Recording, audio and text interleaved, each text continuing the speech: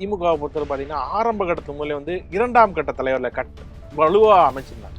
இப்போ தாவேக்கால அந்த லேக்ஸ் இருக்கிறத பார்க்குறீங்க. நீங்கள் ஈரோடு இடைத்தேர்தல் நடந்தப்ப எட்டி பார்க்கல. கரெக்டாக நான் ஆமாம், அது எம்பி எலெக்ஷனுக்கு முன்னாடியே கட்சி ஆரம்பிச்சிட்டீங்க. ஆனால் எம்பி எலெக்ஷனுக்கு நீங்கள் வரல. அப்போ நேராக நாங்கள் வரப்போகிறோம், சட்டமன்ற தேர்தலில் நேராக கோட்டைக்கு போக போகிறோம் அப்படிங்கிறது வந்து இந்த 57 தான் திமுக தேர்தலுக்கே வருது. 56 நடந்த மாநாட்டில், திருச்சியில் நடந்த மாநாட்டில் அதுக்கு ஒரு வாக்கு எடுத்து கட்சி தொண்டர்கள்ட்ட ஒரு வாக்கெடுப்பு. அது அப்போ ஒரு தனிப்பட்ட முறையில் ஒருத்தரை பிடிக்கும், அவருக்கான ஒரு செல்வாக்கு இருக்கும். இப்போ எம்ஜிஆருக்கு இருந்தது அவருடைய தனிப்பட்ட செல்வாக்கு, அதுக்கு ஒரு கட்சி இருந்துச்சு. அவர் போன பிறகு அந்த கட்சியின் மனநிலை, அங்கே இருக்கிறோட தொண்டர்கள் மனநிலை, எம்ஜிஆரோட படத்துல எல்லாம் நடித்தவங்க, இப்போ அவங்களுக்கே அந்த இடத்துல ஒரு திமுக எதிர்ப்புங்கிற ஒரு மனநிலையில் உருவாக்கப்பட்டது தான் அதிமுக. அதோட வெற்றிக்கு காரணம் அதுக்கு ஒரு தனி மனிதர்களால் உருவாகக்கூடிய ஒரு கட்சிக்கு வந்து இரண்டாம் கட்டம் அப்படிங்கிறது அது எந்த அளவில் திமுகங்கிறது அப்படிப்பட்ட கட்சி கிடையாது. அது ஒரு வணக்கம் சார். வணக்கம். திமுகவை பொறுத்தவரை பார்த்தீங்கன்னா ஆரம்ப கட்டத்து முதல்ல வந்து இரண்டாம் கட்ட தலைவரில் வலுவாக அமைச்சிருந்தாங்க. இப்போ தாவேக்கால அந்த லேக்ஸ் இருக்கிறத பார்க்குறீங்களா? இல்லை, தாவேக்கா ஒரு புது கட்சிங்க. அதனால வந்து நீங்கள் ஆரம்ப கட்டத்துல ரெண்டாம் கட்டம், முதல் கட்டமே அங்கே சரியில்லையே, அந்த கட்டம் எப்படின்னு பார்த்துட்டு தான் நம்ம சொல்லலாம். அப்படியே தலைவர் கொஞ்சம் சுணக்கமாக இருந்தாலும் அந்த இரண்டாம் கட்ட தலைவர்கள் அந்த வேலை அதை வந்து இப்போ நம்ம சொல்ல முடியாது. அது என்ன மாதிரி கட்சி, அதனுடைய நோக்கம் என்ன, அதுக்கு உண்மையான மக்கள் செல்வாக்கு என்ன அப்படிங்கிறதெல்லாம் ஒரு தேர்தல் காலத்தில் என்ன இருக்கும். இப்போ அதிமுகவை பொறுத்தவரை அவங்க வந்து கட்சியை தொடங்கினதுமே ஒரு இடைத்தேர்தல் வருது, திண்டுக்கல். அந்த இடைத்தேர்தலில் அவங்க நின்று கிட்டத்தட்ட 6 மாதம் தான், கட்சி தொடங்கி 6-7 மாதத்துக்குள்ள நின்று அதில் வெற்றி பெறுறாங்க. அன்னைக்கு பெருந்தலைவர் காமராஜர் இருக்கார், கலைஞர் முதலமைச்சராக இருக்கார், இந்திரா காந்தி பிரதமராக இருக்காங்க. அந்த சூழல் நடக்கிற தேர்தல் அது. அதனால அவங்க வந்து அந்த தேர்தல் காலத்தை பயன்படுத்துகிறாங்க. எம்ஜிஆருக்கு இருந்த செல்வாக்கோட பிற அனுபவம் இருந்த கட்சி நிர்வாகிகள், அண்ணா காலத்து ஆட்கள், கலைஞருடன் பழகிய ஆட்கள், பயணித்தவர்கள், எம்ஜிஆர் கலைஞரோட பயணித்தவர்கள் தானே, 2 பேரும் ஒன்றா தானே வருதாங்க. அந்த மாதிரி இருக்கிறவங்களுடைய செல்வாக்கு எல்லாத்தையும் பார்க்குறாங்களே டெஸ்ட்டு. நீங்கள் ஈரோடு இடைத்தேர்தல் நடந்தப்ப எட்டி பார்க்கல. ஆமாம், அது எம்பி எலெக்ஷனுக்கு முன்னாடியே கட்சி ஆரம்பிச்சிட்டீங்க. ஆனால் எம்பி எலெக்ஷனுக்கு நீங்கள் வரல.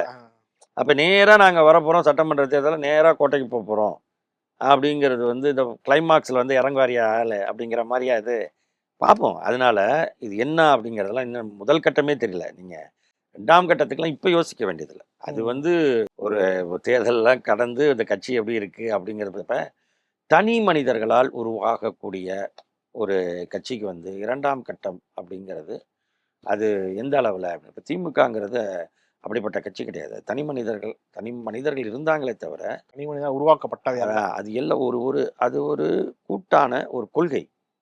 பெரியாருடைய கொள்கையை நம்ம நடைமுறைக்கு கொண்டு வரணும்னா தேர்தல் அரசியலை நோக்கி போகணும். அது வந்து அவங்களுக்குள்ள ஒரு எண்ணமாக அண்ணாவுக்கு இருக்கு. அன்றைக்கு வந்து இந்தியா கட்சி தொடங்கப்படுறது வந்து கரெக்டாக பாருங்க, 49 இந்தியா சுதந்திரம் அடைஞ்சிருச்சு. ஆனால் குடியரசு ஆகலை.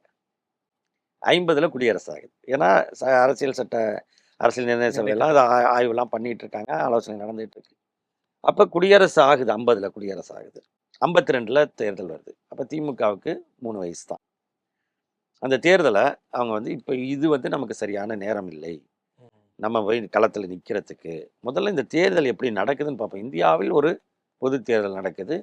அன்றைக்கு வந்து 21 வயது நிரம்பிய ஆண் பெண் வாக்காளர்கள் உள்ளவங்க, வாக்குரிமை கொண்டவர்கள், எப்படி தேர்தல் நடக்குது, என்னென்ன அது உள்ளுக்குள்ளே நடக்குது அப்படிங்கிறதெல்லாம் பார்த்துட்டு, அதே நேரத்தில் அந்த தேர்தல் களத்தில் நம்முடைய பங்கு என்ன அப்படிங்கும் பொழுது அன்னைக்கு இவங்களோட முதன்மையானது திராவிட நாடு கோரிக்கை. இந்த திராவிட நாடு கோரிக்கையை ஏற்றுக்கொள்ளக்கூடிய வேட்பாளர்களை நாம் ஆதரிப்போம். அவங்கள்ட்ட கேட்குது, ஐயா எங்கள் திராவிட நாடு கொள்கையை ஏற்றுக்குவீங்களா, நாங்கள் இதெல்லாம் தமிழர்களுக்கு இதெல்லாம் கேட்குறோம், சென்னை மாகாணத்தோட வளர்ச்சிக்கு இதெல்லாம் கேட்குறோம், கையெழுத்து போட்டால் அவங்கள ஆதரிக்கிறதுன்னு சொல்லி அப்படி ஆதரிக்கிறாங்க. சிலரை வந்து சிலர் அதெல்லாம் இல்லைங்க, எங்களாலலாம் அதெல்லாம் ஏற்றுக்க முடியாதுன்னா அங்கே இருக்கிற 2 வேட்பாளர்களை முதன்மையான வேட்பாளர்களை யாரை ஆதரிக்கிறது முடிவெடுக்கிறாங்க. இந்த மாதிரி பார்த்தீங்கன்னா இந்த தேர்தல் முடிவு வரும்பொழுது இந்த திராவிட நாடு திமுக ஆதரவு இப்படி விட்டு கிட்டத்தட்ட 40 பேர் ஜெயிக்கிறாங்க எம்எல்ஏக்கள். அவங்க வெவ்வேறு கட்சியை சேர்ந்தவங்க தான். அதில் ஒரு கூட்டமைப்பாக உருவாகி சட்டமன்றத்திற்கு திராவிடியன் பார்லிமெண்ட்ரி பார்ட்டி அப்படின்னு அவங்க வந்து இந்த கருத்தை சொல்கிறதுக்கு இது தமிழ்நாடுன்னு பேர் மாற்றம் செய்யணும், இது பண்ணணும் அப்படின்னு வலியுறுத்த அவங்க இருக்காங்க. 57 தான் திமுக தேர்தலுக்கே வருது. 56 நடந்த மாநாட்டில், திருச்சியில் நடந்த மாநாட்டில் அதுக்கு ஒரு வாக்கு எடுத்து கட்சி தொண்டர்கள்ட்ட ஒரு வாக்கெடுப்பு அப்படின்னு. அப்போ அந்த ஸ்டெப் பை ஸ்டெப்பாக வரதுன்னு இருக்குல்ல, அரசியல் புரிதல், எந்த கொள்கையை நம்ம கொண்டு போகிறோம் அதுக்கு. ஏன்னா இதுக்கு நடுவில் பார்த்தீங்கன்னா 51 வந்து இந்த அரசியல் சட்டத்தின் முதல் திருத்தத்துக்கு நம்ம திக அதான் பெரியார் முன்னிலையில் இருக்காரு, அண்ணாவும் போராடுறாரு, இரட்டை குழல் துப்பாக்கி அப்படின்னு சொல்கிறாங்க. அதுக்கப்புறம் 53 கள்ளக்குடி அந்த போராட்டம், இது குலக்கல்வி எதிர்ப்பு திட்டம், அந்த மும்முனை போராட்டம் நடக்குது. அப்புறம் இப்படி அவங்க வரிசையாக வந்து அந்த பணிகள்லாம் ஈடுபட்டு கட்சியோட பலத்தை தெரிஞ்சுக்கிட்டு அதில் வராங்க. நீங்கள் அதுக்கு பிறகு தான் அவங்க களத்துக்கு வந்து தங்களை ப்ரூவ் பண்ண பிறகு தான் 2ஆம் கட்டத்தை பற்றி, தலைவர்களை பற்றி நம்ம யோசிக்கணும். இங்கே ஒன்றுமே இல்லையே, வரட்டும்.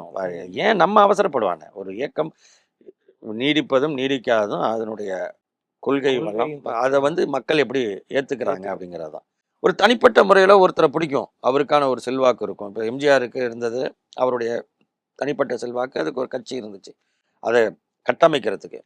அவர் போன பிறகு அந்த கட்சியின் மனநிலை, அங்கே இருக்கிறோட தொண்டர்கள் மனநிலை, எம்ஜிஆரோட படத்துல எல்லாம் நடித்தவங்க, எம்ஜிஆரால் அரசியலை கொண்டு வரப்பட்டவங்க அப்படின்னு ஜெயலலிதாவை அவங்க வந்து அவங்க அது பின்னாடி போகிறாங்க. இப்போ அவங்களுக்கே அந்த இடத்துல ஒரு யார் இந்த இடத்துல அப்படிங்கிறது அவங்களுக்கு. ஏன்னா அதான் சொல்கிறேன், அது வந்து திமுக எதிர்ப்புங்கிற ஒரு மனநிலையில் உருவாக்கப்பட்டது தான் அதிமுக. அதோட வெற்றிக்கு காரணம் அதுக்கு ஒரு கவர்ச்சிகரமான தலைவர்கள் தொடர்ந்து இருந்தாங்க, 2 பேர் இருந்தாங்கன்னாலும் திமுக எதிர்ப்பு வாக்குகளை எல்லாம் அவங்க வாங்கக்கூடியவங்களா இருந்தாங்க. நன்றி சார்.